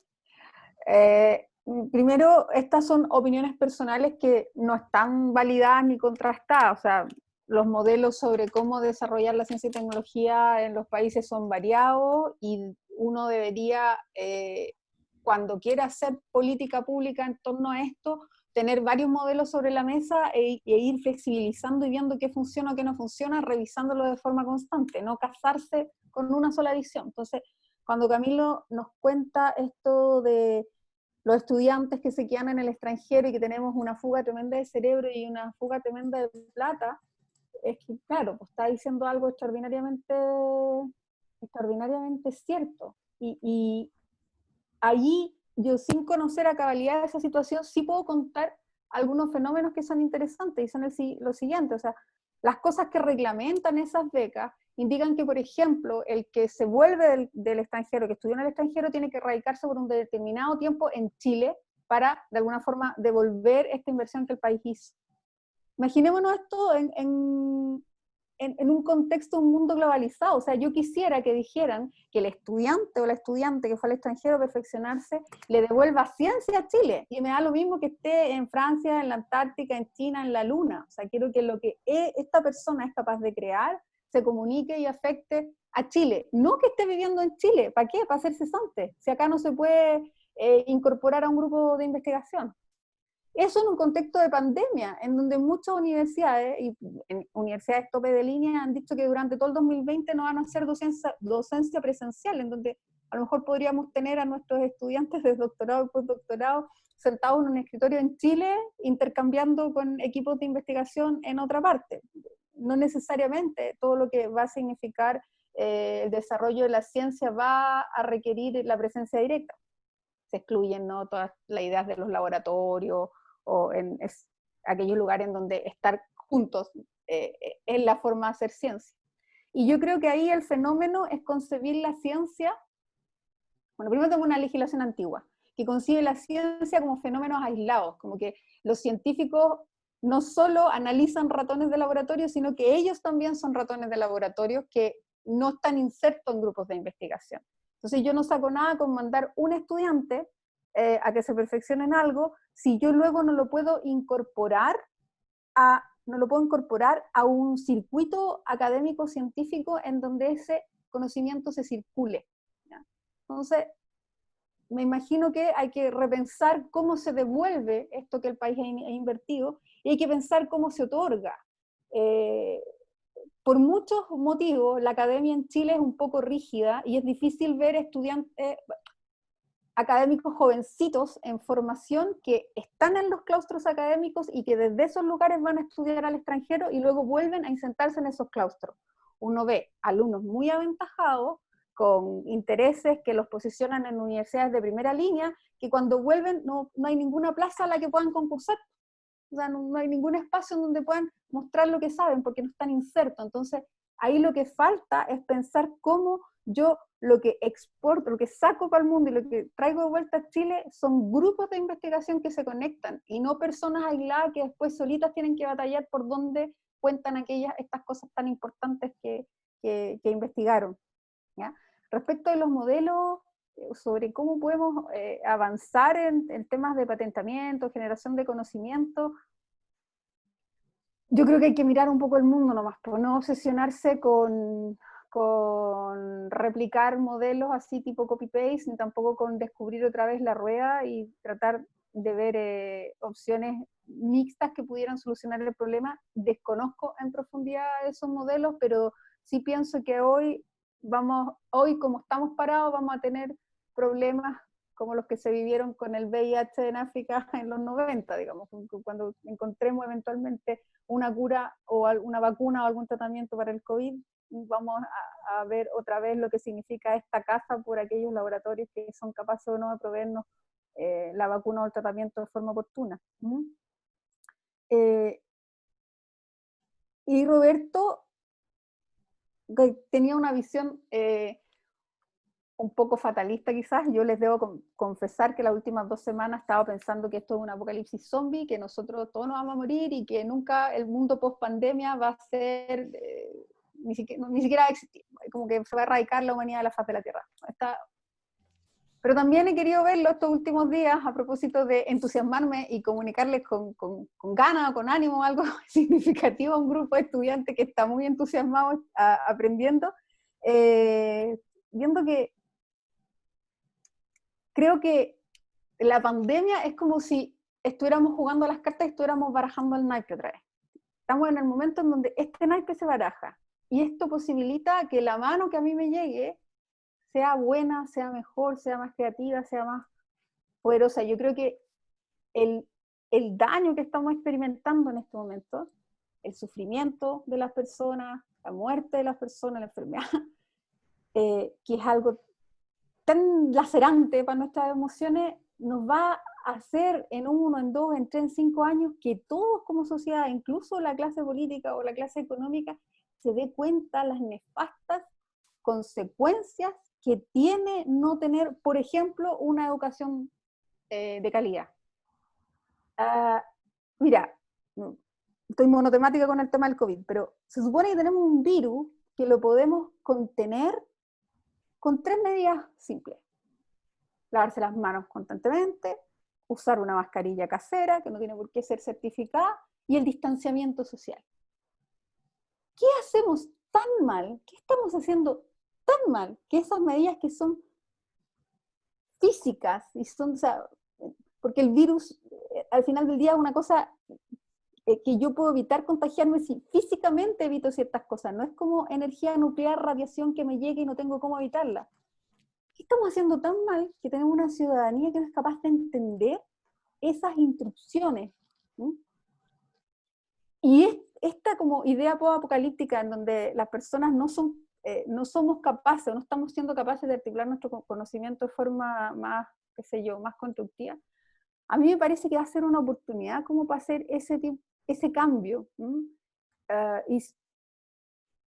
Y lo digo desde una visión quizás un poco pesimista que quiere ser optimista, o sea, porque no hacerlo, no barajar el naipe, no cambiar quién tiene las cuotas de poder, no permitir que la ciencia se desarrolle, tener a nuestros científicos precarizados en el mundo laboral, nos está saliendo muy caro. No en plata, en vida, en calidad de vida, en desarrollo, en el Chile que imaginábamos para el año 2020, o sea, 90, 2000, decíamos Chile 2020 como aquel gran momento en donde iba a dar Chile un salto hacia el desarrollo, hacia el fin de la pobreza. Y miren, en el 2020 lo que estamos viviendo. O sea, creo que si bien no tengo una respuesta para eso, sí tengo una gran esperanza. Y esa esperanza está dada porque este golpe que estamos viviendo sea tan fuerte que no nos quede otra que reinventarnos. Y para eso la masa crítica que representan los académicos y los estudiantes de una institución pública como es la Universidad de Chile tiene que cumplir un rol fundamental, tiene que salir al mundo a buscar más y mejores formas. Por eso mi compromiso, yo les hacía un guiño a lo que eran sus proyectos en este curso, era que quiero que sean lo más exitosos posible, que lleguen con sus cápsulas, con sus Insta y tus TikTok a la mayor cantidad de público posible y que solucionen aquello que ustedes ven como un dolor en la sociedad a través de cosas tan sencillas como hacer una cápsula bioinformativa. Así que se me van a ocurrir más cosas cuando hable Giorgio, pero eso le diría en términos generales. O sea, vean, estamos barajando el naipe y encarguémonos ahora desde nuestro entusiasmo y desde nuestro posicionamiento, por ejemplo, ustedes desde la universidad, a que esta sea una mejor mano, ¿sí? Y poder ir solucionando a poco estas cosas que nos duelen tanto. Muchas gracias, Cintia. Te voy a pedir, por favor, Giorgio, si puede ser un poco más breve, y lo mismo Cintia, porque nos quedan más preguntas. Tenemos preguntas también en el chat, así que también que las vamos a leer después. Así que, Giorgio, vamos contigo. Ya, gracias. Yo también pretendía agrupar las que también vi en el chat, porque hay varias que se topan un poco, así que así podemos ahorrar algo de tiempo para después. Danitza y Manuel preguntaban ambos sobre el tema de por qué no aumenta el gasto público en Chile, y ahí si es que es suficiente en un Ministerio de Ciencia y Tecnología. Yo al menos creo que no es suficiente tener un ministerio, es como condición necesaria, pero no suficiente, porque tener un ministerio le da agencia política al problema, es decir, tiene que tener a alguien responsable en primera línea del tema de ciencia, y eso le da agencia política. Pero no ha sido suficiente porque, bueno, por varias razones, en el COVID se ha demostrado con más fuerza, pero además no tenemos mucho financiamiento, y creo que se da principalmente porque en los países en vías de desarrollo, en general estas son inversiones de largo plazo. Y cuando tienes imagínate tú tienes un saco de plata, tenés 0,5 puntos del PIB. Los incentivos como en términos políticos, lamentablemente, en gobiernos de 4 años, etcétera, están superpuestos en hacer que esas cosas se noten en una cuestión material en las familias ahora ya. Puede ser a través de un subsidio, puede ser a través de algo palpable, ¿no? Más garantías en salud, vivienda, caminos, lo que sea, hospitales, pero es muy intangible, muy difícil, muy de mediano y largo plazo el tema de la inversión en ciencia y tecnología, y yo creo que eso ha sido algo muy míope que ha tenido Chile desde los 90 hasta ahora, que pudo haber hecho mucho más. Lamentablemente no lo hemos hecho, a pesar de distintos informes. El último informe que se hizo para el gobierno anterior, a una comisión presidencial, decía y aplicaba una fórmula para ir aumentando entre el 10 y el 15% anualmente, para llegar hasta un poquito más de un punto del PIB, y lamentablemente eso no se siguió ni siquiera el primer año. Camilo de matemática, Camilo Navarrete, preguntaba sobre el tema de los sobrecalificados y calificadas en Chile, los distintos programas. Yo creo que algo bien parecido a Cintia, en el sentido de que hay distintas fórmulas en que chilenos o chilenas puedan retribuir a Chile ese conocimiento, y no solo el conocimiento, porque yo creo que el conocimiento igual lo pueden aprender también acá. Podríamos fortalecer los programas de magíster acá, podríamos empezar a ponerle un poquito más de peso a los programas de doctorado acá, y ser un poco dentro de Latinoamérica, con mucho menos plata de la que estamos invirtiendo para afuera. Pero hay otra cosa un poquito más difícil de describir, que es el poder de las redes. Y no digo las redes en beneficio individual, sino las redes de académicos y académicas que pueden potenciarse en el mundo. Hay un libro, de hecho, que se puede descargar gratuitamente, que se llama La riqueza de las redes, de un académico que se llama Yochai, o no sé cómo se pronuncia en verdad, pero se escribe Yochai Benko, y que ustedes pueden descargarlo, está en inglés y en español, liberado, y ahí manifiestan un poco como el poder intangible de esas redes en esta nueva economía. Igual es viejo el libro, de más de 10 años atrás, pero, o sea, como que no está tan actualizado, pero es un tipo bien visionario sobre cómo abrió el mundo de las redes y del internet, etcétera, la discusión económica. Pero sí, hemos trabajado, de hecho, con el grupo de investigadores e investigadoras que están afuera para crear una nueva metodología de recompensa. ¿Cómo recompensar al país? Eso puede ser o trabajando de vuelta acá en Chile en el sector público, o en las universidades, o en investigación aplicada en algún, incluso en el mundo privado, pero dedicándote a lo que estudiaste, o desde afuera, haciendo las mismas cosas con interés en Chile, un foco en Chile, papers en Chile, como hacer que tengan como investigaciones conjuntas con las universidades de acá, vincular universidades donde están afuera con las chilenas, y así se va produciendo una simbiosis que también puede ser incluso mejor de que alguien esté acá en Chile de vuelta. Juan José y también Roberto, de alguna manera, plantean, bueno, entonces, ¿qué modelos? ¿Cómo se hace si es que no es a partir de delegar esto en el mundo privado? Y de hecho tengo acá un documento que se llama, se llama Innovation, Intellectual Property and Development, a Better Set of Approaches for the 21st Century. Este es de Dean Baker, Joseph Stiglitz, que es Premio Nobel de Economía, y Arjun Jayadev. Un documento también, un PDF que se encuentra en internet, liberado, está súper bueno, bien resumido. Bueno, resumido son 90 páginas, pero resumen, eso no es lo que uno diría bien resumido, pero resumen en verdad mucha literatura y sintetizan bien, sobre todo la introducción, un tema que es bien complejo. Y básicamente hay cuatro aproximaciones de lo que podría ser el financiamiento. Uno diría financiamiento directo a través de mecanismos centralizados, por ejemplo, subsidios. ¿Ya? Yo a la universidad les pongo fondos basales, investiguen. Yo lo que hago es poner fondos concursables, Fondart, les paso plata, Fondesit, etc. Ahí hay fondos que ya sean concursables o basales, tú le estás entregando plata a gente para que se dedique a estudiar, o sea, a crear ciencia o arte o humanidad. El segundo mecanismo es descentralizado. ¿Qué mecanismos descentralizados pueden haber? Por ejemplo, si yo dijera, le voy a reducir los impuestos a todas las personas que gasten en ciencia y tecnología.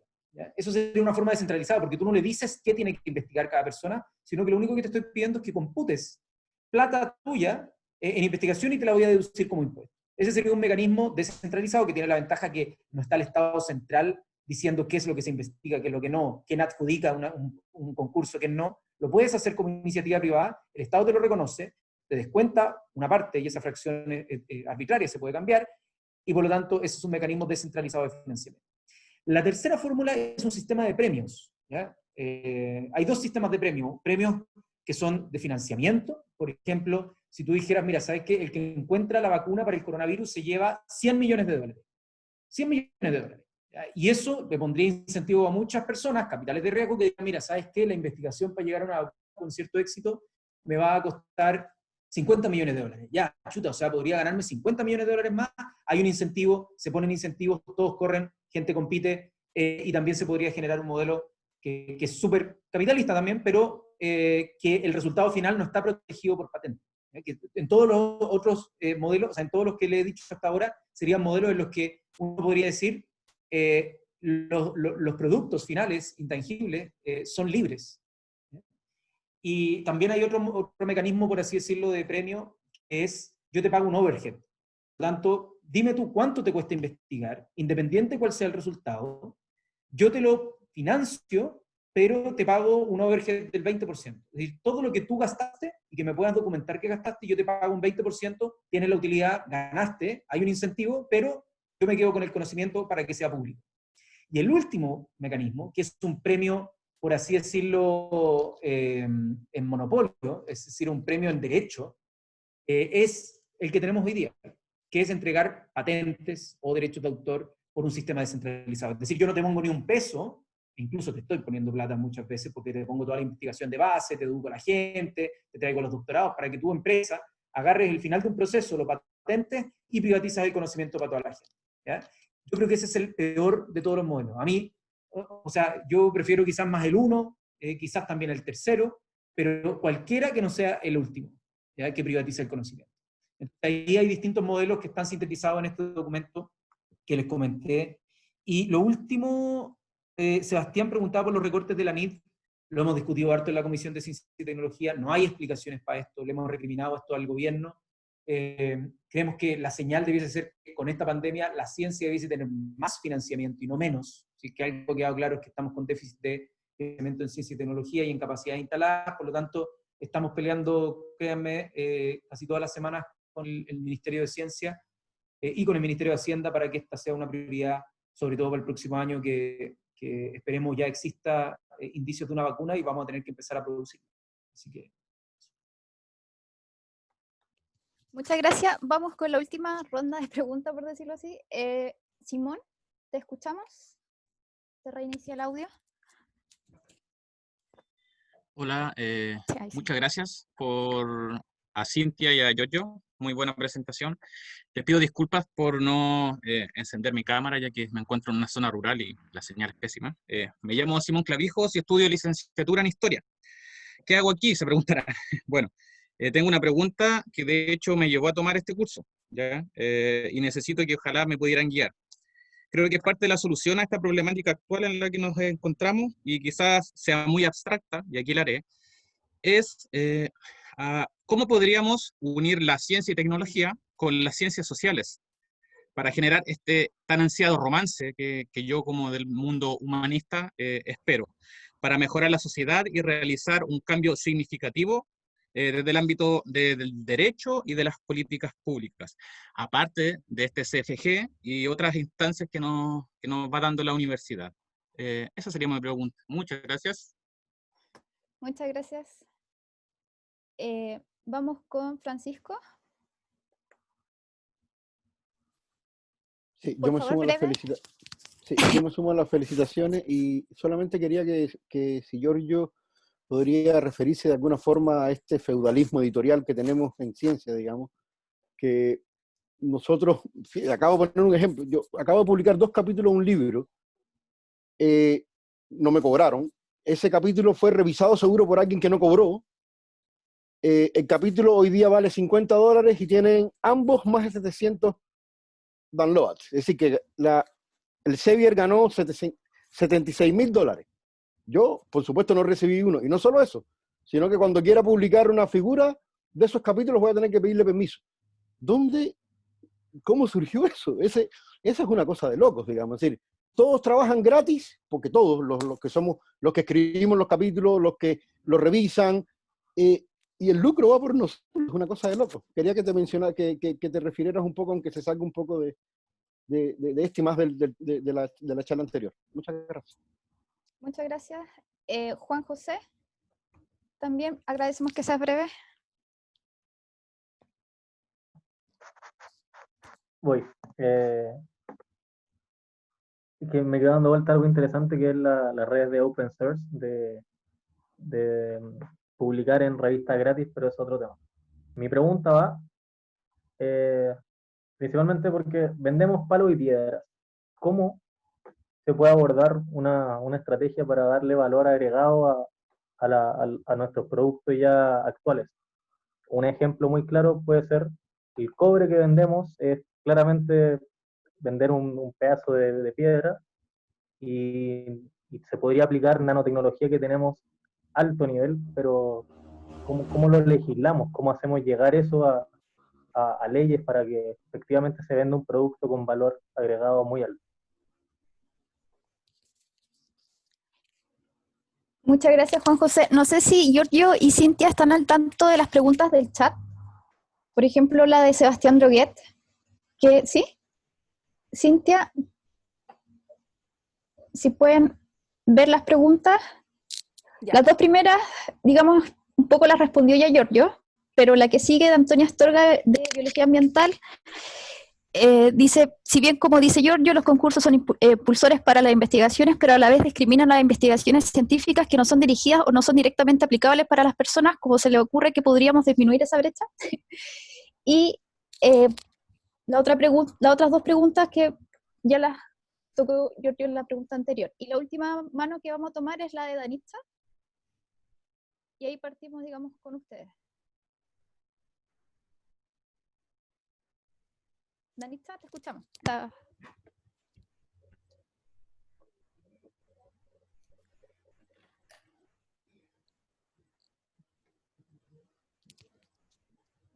¿Ahora sí? Sí. Ya, mi pregunta es si ustedes creen, es para ambos, si creen que más científicos, investigadores, creadores, soy Danitza Jara de Periodismo, perdón, y si creen que más científicos, investigadores, creadores tienen que entrar a la política y discutir materias legislativas, de ser solo asesores, para tener un verdadero impacto en las políticas públicas e inversión, y si se necesita hacer un híbrido entre científicos, investigadores, creadores y políticos, como combinar todos esos conceptos para tener un real impacto. Muchas gracias, Danitza. Entonces, Partimos con quien quiera partir, Giorgio o Cintia. Tratemos de ser bien precisos. Ahora, porque ya estamos ahora en el Giorgio, tiempo. que va. Ya, ahora yo, que yo siempre me demoro más rato en responder. Lo primero, Simón, ¿cómo unir la ciencia y las tecnologías con las humanidades? Creo que se enlaza bien con lo que dice Danitz al final, cómo generar estos híbridos. Yo creo que esto pasa primero por romper las disciplinas como concepto. Esto podría demorarse mucho más, pero yo cada vez me he ido convenciendo más que la forma de pensar en disciplinas como compartimentos separados le ha hecho mucho daño a la educación. Y si bien ha generado posibilidades de que la gente se especialice mucho en un tema, pues muchas veces te topas con personas muy especialistas en un tema, pero que no tienen una base más ampliada, ¿ya? Y en ese sentido, a mí me gusta en lo personal más el modelo donde, por ejemplo, educación superior, no es el ideal para mí, pero me gusta más un modelo donde los primeros años te enseñan de más temas, ¿ya? Como un college, ya como lo que se está haciendo. A mí me gustó mucho cuando se preparó todo el tema del college, aunque no tenga, por así decirlo, un mercado laboral, muchas veces se reclama con justa razón que induce a que la gente después se quede atrapada en los magísteres. Son problemas del mercado laboral en general, pero como formato para enseñar más transversalmente, a mí me gustan más esos que tienen como una T, donde tenéis una base y algo profundidad, pero más delgadito. Entonces, eso yo haría para que puedan como unirse, y creo que tienen mucho que conversar y que a veces hoy día en la educación, tanto desde la educación básica, media, hasta la superior, no conversan mucho y recién cuando estás ya en la aplicación, trabajando, te das cuenta de todo lo que te faltó, esa multi, inter y transdisciplinaridad. No tengo nada mucho más concreto que aportar, pero creo que por ahí podría ir. Respecto a Francisco, lo del feudalismo editorial, mira, eso es algo que yo estoy plenamente consciente, porque, bueno, parte de la motivación que tuvimos con Paula para escribir el libro Copia o Muerte fue el caso de Aaron Swartz, que estuvo involucrado en todo la demanda precisamente por estas editoriales. Les recomiendo que vean el documental, también está ahí liberado en YouTube, creo que se llama The Internet Owns Boy, como el hijo pródigo de Internet. Es súper bueno, bien duro. Y también ahora último salió una producción chilena de un corto de 18 minutos que se llama Publica o Muere, de un colectivo que se llama Pliegue. También les recomiendo que lo lean, o sea, que lo vean, está bien bueno, buenas reflexiones, está Carlos Osa, hay varias personas y académicos y académicas que están aportando ahí, está súper bueno. Pero claro, estoy completamente de acuerdo contigo, no podría tener un libro que se llama Copia o Muerte si es que no estuviera de acuerdo contigo. Además está liberado por si lo quieren descargar también en la página copiamuerte.org. Sobre Juan José y Antonio, las últimas dos, Juan José, el valor agregado, no sé si es algo que explícitamente se haga con la ley, sino con el ejercicio de una política. Y la política no es solamente leyes, la política son programas, también leyes, pero sobre todo el impulso que le da un gobierno, es relato, es narrativa, es un conjunto de factores los que articulan una, entre comillas, política. Si tú quieres decir política industrial, claro, es la formación de la Corfo, y probablemente la Corfo fue ley, pero la Corfo fue mucho más que una ley, fue un empuje, un impulso. Probablemente si es que tú quisieras que la minería tuviera, no sé, valor agregado, probablemente tendrías que pasar estas leyes, no sé, el profesor José Gabriel Palma propone que le pongamos impuestos más altos de exportación, de royalty, a el cobre que va en concentrado de cobre, y que vayamos bajando ese impuesto hasta llegar a un cobre que estuviera mucho más procesado, y de esa manera poner incentivos, entre comillas, a la política industrial y al valor agregado. Eso, por ejemplo, tiene tanto de leyes como también de impulso, narrativa, visión. Y ahí hay no puedo dejar de mencionar al físico chileno y especialista en Big Data que se llama César Hidalgo, que tiene un libro que se llama El triunfo de la información, pero más allá del libro, tiene varias plataformas donde va midiendo ciertos aspectos que se pueden relacionar al valor agregado y a la complejidad económica, que lo que mencionaba antes. Está súper bueno el trabajo que hace. No comparto todo lo que hace, tengo algunas diferencias también en lo que plantea, pero creo que es súper buen ángulo desde, por así decirlo, la economía y el Big Data para aproximarse al ámbito del valor agregado. Y Antonia, sobre disminuir la brecha,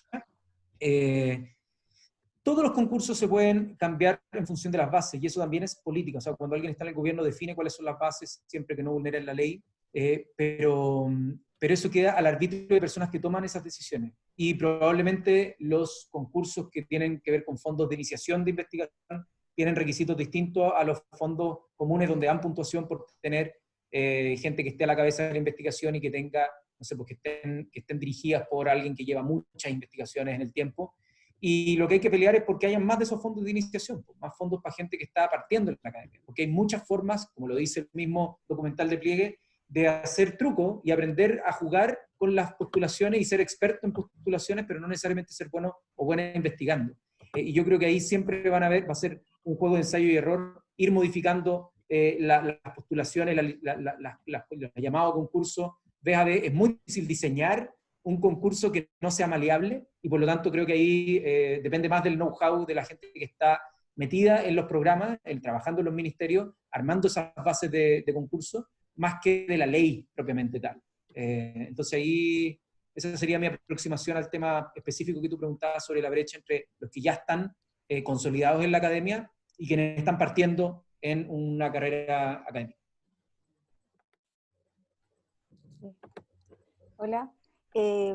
Mira, cuando Simón nos dice que cómo él hace esta comunión entre las ciencias como duras y las ciencias sociales, yo te diría que el tema es lingüístico, es de cómo se expresan estas dos formas de comprender el mundo. Y en rigor, el daño que nosotros experimentamos en este momento es que estos dos mundos se miran un poco con recelo. Es decir, el mundo de las ciencias duras no entiende esta cosa siempre reflexiva, siempre tan teórica, siempre del depende. O sea, yo como abogada me doy cuenta que irrito a los ingenieros cuando les digo es que hay que distinguir. O sea, el científico quiere una definición más concreta, más enciclopédica, y desde el mundo de las ciencias sociales, incluso es medio novedoso que yo considere que mi carrera es desde las ciencias sociales, a nosotros esta idea del método científico a veces hace que se excluyan procesos de investigación. Entonces, hay un mundo más objetivo, más platónico si se quiere, y hay un mundo más subjetivo, que es mucho más caótico, y ahí la integración no es posible por el momento, porque hay una tremenda desconfianza en cómo estos dos mundos se miran. Y cuando se intenta homologar, pasan cosas un poco caóticas. Entonces, por ejemplo, haciendo la misma referencia a este documental de la Academia de Pliegue, que está muy interesante, que además es muy divertido de ver, ha sido catastrófico para el mundo de las ciencias sociales que se le incorporen parámetros desde las ciencias duras, que las investigaciones científicas, que hoy nuestros filósofos, nuestros sociólogos estén desesperados por publicar en ciertas revistas que requieren ciertos estándares que terminan siendo leídas por el mismo círculo de investigadores, no le aporta a las ciencias sociales. O sea, aplicarle un estándar de ciencia dura a las ciencias sociales, en el fondo lo que ha hecho es precarizar más bien las ciencias sociales. Y ahí yo enlazo esta respuesta con lo que le quisiera decir a Danitza. Yo creo que los científicos tienen un rol político, que yo a veces me asombro cómo no son capaces de verlo. Y ahí retomo lo que dije al final de mi presentación. Yo creo que hay una carencia formativa en el pregrado que no le enseña a nuestros profesionales de la ciencia el rol político que sus carreras tienen. Quizás estamos en una reflexión que es mucho más teórica, que es mucho más formativa, como estudiando cálculo, física, estadística, y no vemos temas de políticas públicas o cómo lo que ahí se estudia puede incidir en aquello. Entonces, yo creo que son eminentemente políticos y falta ahí algo formativo en donde tienen que hacer el match para entender que sus demandas o que sus trabajos y lo que ellos investigan cumplen un rol eminentemente político. Bueno, sobre el feudalismo editorial no puedo estar más de acuerdo. Es grave, es doloroso y precariza todo lo que se puede hacer respecto del conocimiento. Creo que me confundí, creo que Antonia era la que hacía la pregunta de la política y los científicos, y que Danitza hacía la pregunta sobre los concursos. Pero respecto de lo último, de cómo iniciar al curso al mundo de la ciencia a través de los fondos formalizados que hacen investigación, yo diría que el problema, o sea, porque eso a veces es un saco roto de plata, porque uno está el concurso, que se modela a través de las bases, como dice Giorgio, está muy centrado en ver el currículum de quien lo presenta y el proyecto de investigación. Pero, por ejemplo, no se ocupa de ver la transferencia. O sea, cómo esto que se investigó va a tener un correlato en el mundo real y va a cambiar algún problema que tenemos. Yo creo que el paradigma que hay ahí es que, no sé, pues la ciencia es súper absoluta, omnicomprensiva del mundo, y si nosotros descubrimos algo que es valioso, es obvio que se va a aplicar. Pero la transferencia científica y la transferencia tecnológica no es obvia y no ocurre porque sí. O sea, hay que dar toda una pelea política, por ejemplo, porque si se descubre una vacuna, podamos vacunar a todas las personas en el mundo que la necesitan. Entonces, yo creo que el diseño de ese tipo de bases de concurso debería poner un énfasis mayor en la transferencia. Y con esto soy bastante crítica, porque uno ve de repente CONICET aprobados, finalizados, qué sé yo, oleados y sacramentados, y la única transferencia que hay es haber escrito un par de papers, haber hecho un seminario que ni siquiera sabemos cuántas personas van, pero con suerte 20, y eso no es transferir nada. Eso es comunicar un pedacito de lo que yo hice. Transferir es que, por ejemplo, si yo estudié el sistema penitenciario chileno, tengo una respuesta o tengo una solución que al menos no sé, pues se intenta hacer un piloto en alguna cárcel de nuestro país para ver si lo que yo digo respecto de la inserción de las personas privadas de libertad es efectivo o no. Tenemos que ser mucho más agresivos y mucho más demandantes en qué nos vamos a fijar para decir que un proyecto de investigación es exitoso, porque no es exitoso solo cuando hay un descubrimiento, sino cuando ese descubrimiento realmente se aplica. Y quizá aquí, porque uno podría decir, oye, pero yo soy científica, pues yo qué tengo que andarme preocupando de implementar lo que yo descubro, que sean otros. Bueno, es que entonces los proyectos nunca podrían ir aislados. El cuerpo científico siempre debería tener un cuerpo, o sea, personas que se encarguen a divulgar y hacer la transferencia, metidos en el equipo que hace esa investigación, desde el momento en que se hace. Porque si no, tenemos hermosas investigaciones, muchas publicaciones, lindos seminarios, pero todo lo que se invirtió intelectualmente y económicamente para lograr que ese conocimiento se adquiriera, no tiene un correlato en la realidad y no la modifica de ninguna manera. O sea, creo que ahí la divulgación de la ciencia no es divulgar conocimiento, es hacer que lo que se descubrió cambie una realidad que nos duele o que nos molesta. Bueno, muchas gracias Cintia, muchas gracias Giorgio. Agradecemos su participación en esta sesión, igualmente a todos los alumnos, y les recordamos que la próxima semana tenemos sesión día jueves, y además vamos a tener una sesión extra el día miércoles, porque vamos a tomar los temas medioambientales. La de la próxima semana, uno va a ser respecto al litio, que va a ser la del jueves, y el día miércoles a la misma hora vamos a hacer otra exposición.